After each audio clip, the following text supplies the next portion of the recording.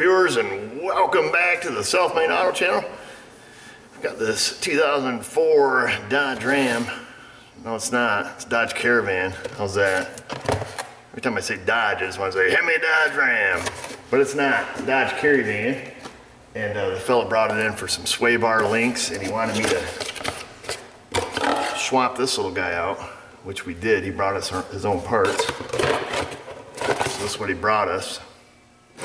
So I put that on. I put his sway bar links on that he brought me. And I wasn't really sure why we changed this, but it became apparent as I was going to pull the vehicle back outside. The right hand front turning signal does not work like it's supposed to. And I assume that's why he wanted to change this part here. But obviously that was not a proper diagnosis, and didn't fix this. So I called him and said, "Well, I put your parts on and all that," and it says, "I noticed that your right front turning signal doesn't work properly," and he says that is why we changed this. So I was right in that assumption. So I asked him if he wants it diagnosed, and he says he did. So we're going to take a look at it and see what the real problem is. One thing we know, it's not the switch. So I'll begin by showing you what happens. Actually, I think I've got a video on changing these switches if you want to see that. So this is our left turn. We can see it blinking up there. See it blinking on the toolbox. And then our right turn is super fast. We've got no blinking up there, but the bulb is kind of working. So what we'll do is we'll flick the four ways on so we can see they're flashing, and then we'll go around the vehicle and I'll show you what's happening here. So this is the left rear. That one works good. Come over to the right rear. That one's working good, nice and bright. Come up to the front. We can see that bulb is quite dim, and I'm not so sure it's even lighting up the right element. You know, it's a dual element bulb. Then we come over here to this side, and we see this one's nice and bright. I think what we can do to see what element is lighting up, we'll grab our dark glasses here off the cutting torch. We can look through that. I don't know if you guys can tell or not, but let me see if I can. Okay, so that's lighting up the outer element, so the furthest one out of the two. Which one's this lighting up? Probably you guys probably still can't tell. It's the inner element on that bulb, so it's not even providing power to the correct terminal on that bulb. So the element that it's lighting up essentially should be the one for the parking light. I don't know what happens if we turn on the parking lights. That'd be a good observation. So we've got the marker lights on now. Let's see, if we look at that one, we can see that both elements are lit up. The outer one is on dim, the inner one's flashing. And on this side, the whole light goes out. I think we probably just have a ground problem here, to be honest with you. What we can do is turn this stuff off, see if we can figure this out. So just hopefully to make some more sense out of looking at the elements in the bulb. You know, let's say for example, this is our bulb. You know, we'll just use like a real classic style bulb. Now we're gonna have two connections at the bottom of it. Let's say this is just a turn-in style bulb. So we got, obviously we have two circuits, so we're gonna have two elements. You know, the outer part of this will be hooked to ground, and then let's say this is our turn. And this wire here can be our marker light. So these will come in, they'll go up to an element, back down and ground to the base, and then our turn signal will have its own element and ground to the base. So what it's doing, when you turn your turn signal on, it should complete this circuit here, and this should light up bright. And then with the marker lights also, same thing. Your inner element will light up bright. But what we're seeing over there is that it's actually lighting up the inner element of the bulb with the turn signal turned on. And that's, actually the marker light circuit. So it could be, backfeeding from a bad ground, or, who knows. So now we got to take a look at a wire diagram. We'll take a peek at that light and see what the heck's going on there. Obviously it's not this fella's switch, that's for sure. So hopefully this clarifies that a little bit. We had another video like this, I think, with that Dodge pickup that had some, I could get a more pathetic eraser, huh? We had that Dodge half-ton that was doing something like this, that was, you know, kind of lighting up the wrong element and ended up being shorted out in the trailer connector in the back. I'll see if I can find that video. I like the new whiteboard, huh? Supposedly, before we look up the wire diagram, we can take a look at this light. It's got a couple screws here. What I'm going to do though is I'm going to turn this on, because if we start taking these screws out, all of a sudden it starts working. We're going to want to know that. So let me turn the 4-ways on here. Grab a screwdriver, because that could give us some direction too. You want to keep that in mind if you know you start taking this thing out and all of a sudden it starts working. Well, we're going to be looking for a connection or, you know, wiring problem, something like that. Because a lot of times to get these headlights out, you really got to jostle them pretty good. Oops. Of course, this can be just a bad connection in that socket too. Hopefully it's something sweet. Well, that came out pretty easy. Alright, it didn't start working again. Looks like we got a simple, I'm just going to wiggle the, okay. Alright, so we're probably not dealing with a connection. We have a simple 3-wire circuit. So we should have ground and a marker light and a turn signal. I'll assume this black one's probably around the black with a brown stripe. Let me grab the best tool in the whole shop here. This little guy right here. We used to have special music for the test light. So I'm hooked to a ground. So we got a good ground.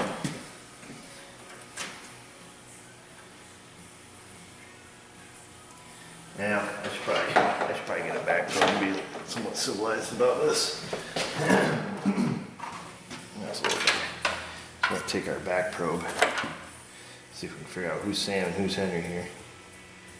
Okay, so that's our turn signal circuit, possibly. That must be our marker light. Uh-oh. We got problems. So we've got 2 wires that are blinking. We've got this wire here, that one's blinking. Got this wire here, that one's blinking. One of these is a ground. I'll show you how to figure that out. Alright, step away there for a second. So we should be able to unplug this. We should be able to take our test in. I don't know if I can touch those pins or not. So now we should only have 1 blinker. Okay, so it appears that our white one here, put my back probe so you guys can see better, appears that our white with the light tan, wouldn't it be light brown, that'd be tan, so white with tan appears to be our blinker, that must be our marker, this must be our ground. Alright, let's just turn on our marker lights to verify this. So we've got our marker lights turned on. Yep, so our white with orange stripe must be our marker. White with brown, or white with tan is our blinker. And by default, this has to be our ground. So what's happening is it's utilizing our marker circuit for the ground. It's sending current through that. That's why it's lighting up that element instead of the correct element. Because right now we should have nothing, because I've got the marker lights on. So hope you guys can follow that. You know, Tesla, you don't need anything fancy, you don't need any load pros or meters or anything to do a circuit like this. Turn the marker lights off. So what we can do, prove this, we can take back probe here, and we'll take a jumper wire. So we'll get into there. We'll come into our ground. There we go. So we ground that circuit. Now she's nice and bright, and it's actually lighting up the correct element. Oh, I can't see anything. Yeah, so it's lighting up the inner element. When I remove the ground, it goes back to default in the outer one just because of the way it's passing current. So we've just diagnosed it, we've just proved it. I'll turn on the marker lights here. So our marker lights are on now. And we've got, I can't see anything, that sucker's bright. Now I've got both elements lit up. I don't know if that's helpful for you guys or not, but yeah, both elements are lit up. That works just fine. Move the ground, we've got it. So that's pretty simple, pretty classic. I wonder where the ground is generated. So what we'll do is quick. Man, I can't see a darn thing after looking at that. What we can do.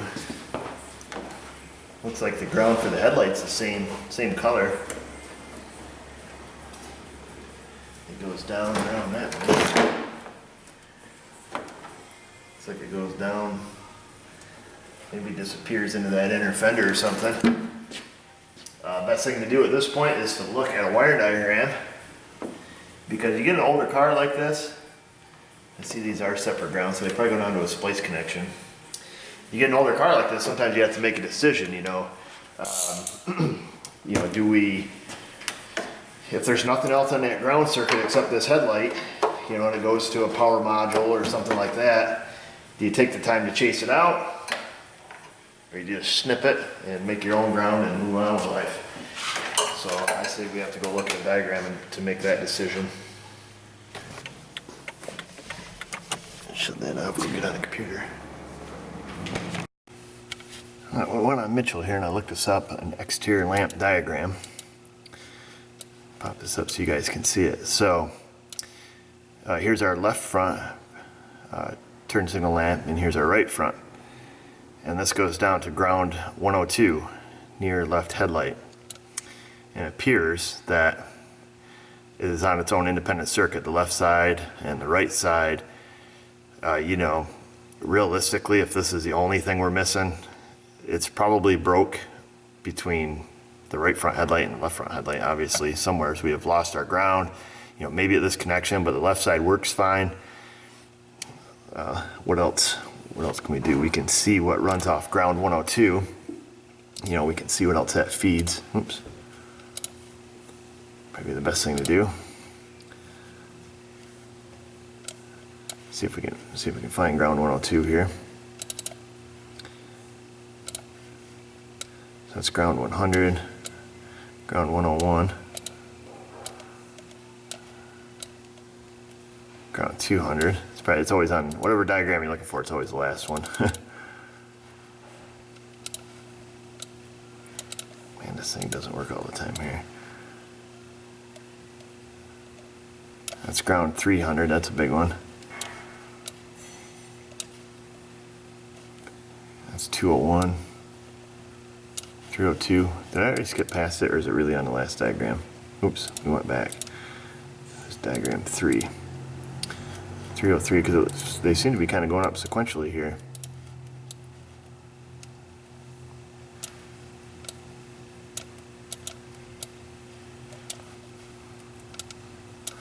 Ground 202. Ground 301. All right, I must be blind here.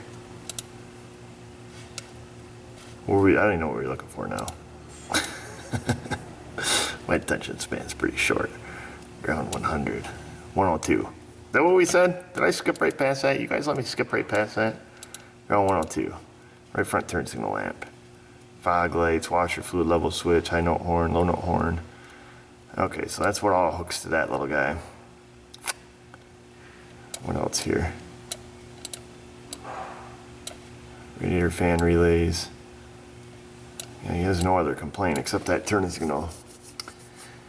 Near left headlight. Well, headlight's pretty easy to take out. I guess we can go look at the connection, see what the connection looks like, and make an assessment from there. So real quick here, I went on the component locator, went under grounds, 102 near left headlight. Sometimes this will give us a little better idea, I guess, before we go rip and tear.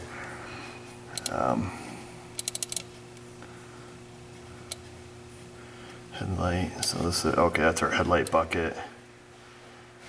Ground 102. Oh shoot, this is probably down under the car.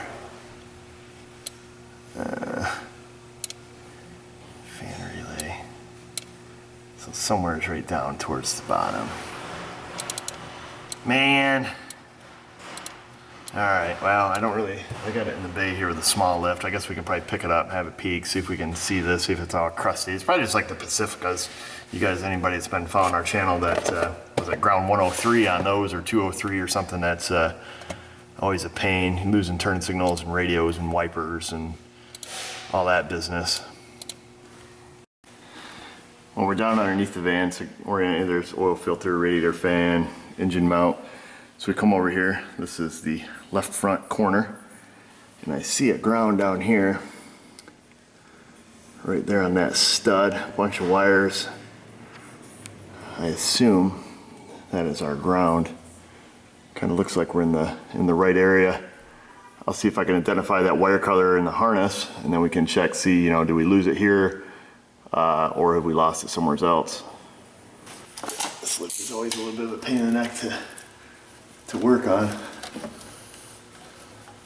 What were we looking for anyways? Was it brown or black with a, I don't even remember now. Black and tan. Black and tan. Isn't that a beard? We're looking for a black with a tan wire. Get back in my duff. Get this little clip out. Black and tan. I see a black and tan. I do. Let's see if that connector is. It doesn't look all nasty.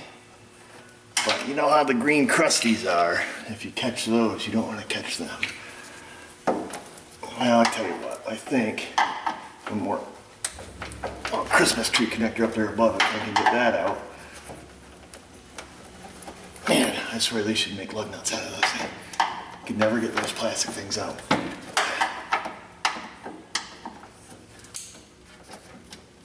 My goodness, come on. Of course, it's like a mile long too. It's coming out. It's like 800 foot-pounds of force there. All right, well, we've got the harness loose. We might better just grab a 10 mil. We'll spin that little nut off there. I'll show you what it looks like now I got that wire out of the way.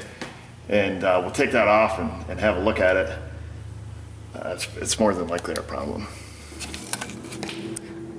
So now we can see that stud a little bit better. You can see all the wires going into that, so it makes sense according to what we saw in the wire diagram.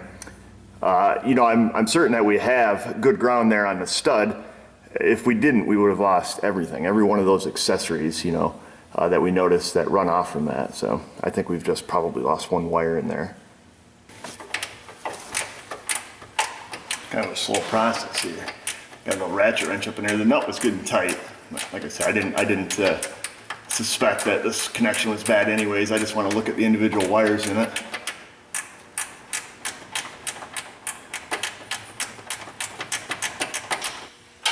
Okay, there we go. Let's get it down where we can see it. Wow, there's a lot of wires in that little guy.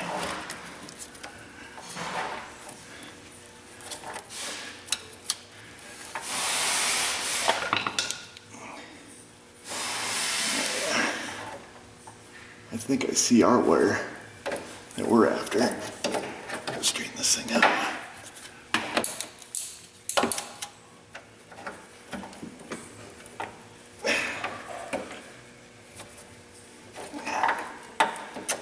Do I? I think I do. Get this where we can all see. We were after black or tan, right? I'm gonna need a little screwdriver. Well, actually, we can use this pick right here. So there's a whole bundle of wires. It looks like the black with tan right here is in the outside. It looks like it's possibly broke right there. I think it is. There's a couple black with tans here, but I think it's toast. There it is. There's your problem. Well, there's your problem, lady. Broken wire, folks. Right at the connector. We've got a lot of wires in there. Ay, ay, ay. This looks like the only one that's toast, though.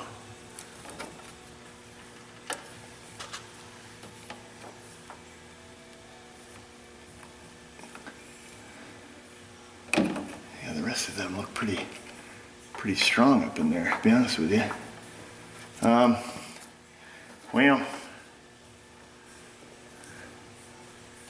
what do we do? What do we do?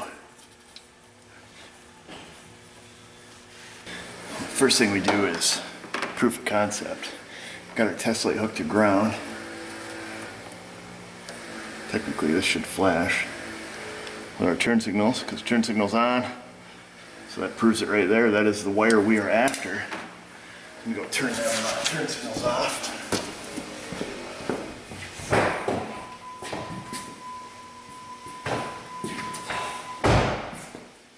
So that's the evidence we were looking for. It's got to make a decision, you know, whether or not to, you know, chop this whole thing off. It looks like it's a soldered connection. It is actually. It's crimped and soldered.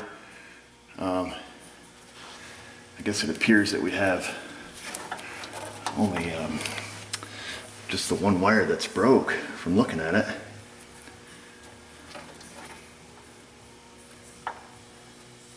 You know, I got to make a decision.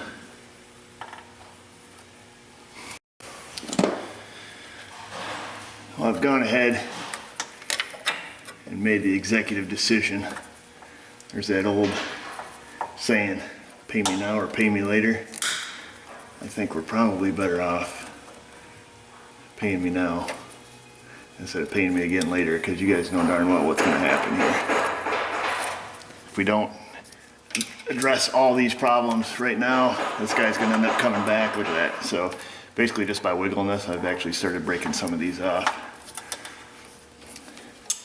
It's a little bit more work, but just because I don't have an eyelet that I can just shove them all in anyways. But yeah, didn't even really have to cut it. So there's our culprit, around 102. And now we've got a whole mess of wires that we need to fix. And get back together. So I'm going to work on doing this. Probably going to be similar to the Chrysler. Yeah. Ah, man, my head. Oh, it really wasn't that bad. But it's probably going to be similar to the Pacifica videos where we end up using 2 or 3 eyelets. So I'm going to work on this a little bit, get some eyelets soldered on here. Hopefully we can get them fed back upon that. That stud's kind of a pisser to get to, but we'll do the best we can with what we have to work with. Well, this here is my final fix. I just put them into 3 individual eyelets. This is similar to what we did on the Pacifica, I think, except I don't know if we could really show it that well there, but I just, you know, cut all the wires and stripped them back and, you know, put, I don't know, got 3 or 4 into that one, a couple into that one, a couple into that one. I think that's, you know, realistically the best fix for what we're dealing with here. It's like I say, it's, you know, pay me now or pay me later type scenario. I think if we just did the one wire, you know, likely probably just fiddling with the thing, you know, we probably could have cut a couple other ones loose. And I'm not going to go through and test every single accessory to make sure every single accessory that works off these grounds works. You know, we'll check our lights and a couple other little simple things, but I think we've made some good strong connections there. Everything's soldered. And we'll put it back up on, we'll put the nut back on that stud. It's a long enough stud we can fit all 3 of these on there, and then we'll just hose it down with like fluid film or something to keep it from getting the green crusties. Well, there's our final fix. Got all 3 eyelets on there and cranked down, and it looks kind of snotty because I blew the fluid film all over it to keep this thing from getting all crusty, but they all went on nice, tightened down good. I think we got a good fix. So I'll go ahead, before we even let it down, I'll go inside and turn the 4-ways on. Pretty sure we should have it fixed, but you never know.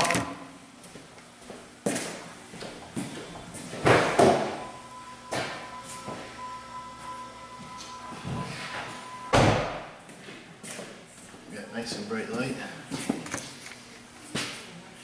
Yep, got the right element, so that's the inner element that's blinking. Turn on the marker lights, make sure they stay on.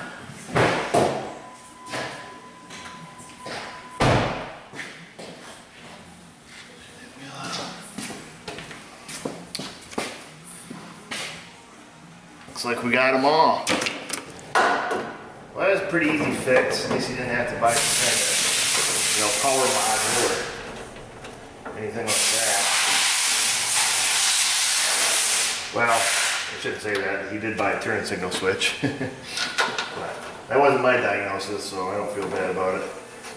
But this is why we always check things out before we assume. You can see this is a pretty easy circuit to diagnose. You don't need anything fancy, just test light. I'll tell you about everything you need to know. And we probably saved them from some future repairs. Wherever else that ground ran that we saw.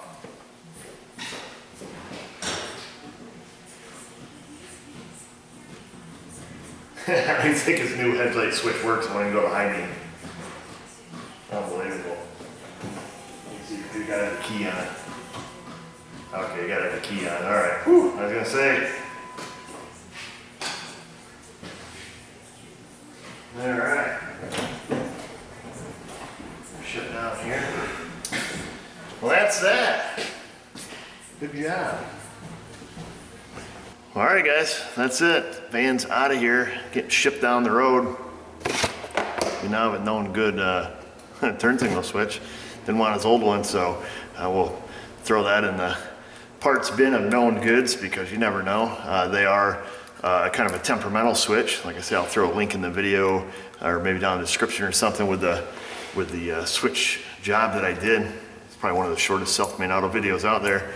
And I'll do the ones for the Chrysler Pacificas too, where we've chased down, really similar grounds and ground studs and ground wires on these Chryslers that, you'll see a really similar resemblance. I'm not real sure why they wad all their wires into one big giant connector. I don't know what I did with that. That's still out there on the floor.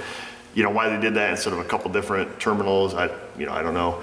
Maybe it's only a problem in our environment where everything seems to kind of rust and get all corroded on us. So maybe this isn't a problem. I know that our Chrysler Pacifica videos are really popular, and it seems to be that everybody has that issue with their Pacifica and all the accessories that they lose. And in this case, all we lost was that one turn signal, so it's not that big a deal, pretty easy fix. And lucky for him, he didn't have to buy any kind of, integrated power module. Well, I guess he did waste his money on this, but I'm sure it wasn't that much money. This looks just some kind of Chinese knockoff. But it was, misdiagnosed, so it is what it is. Maybe he didn't have a high-tech scope, but in either case, we got it all fixed. Everybody's happy now in the end, and I hope you guys are happy for watching. And if you are, check us out on Facebook, subscribe to our channel if you want to stay up to date with all our weekly publications. And you can find us on Google Plus too if you want to connect with us socially there and get all our notifications that we put out when we can, when time allows. And just remember, viewers, if I can do it, you can do it. Thanks for watching.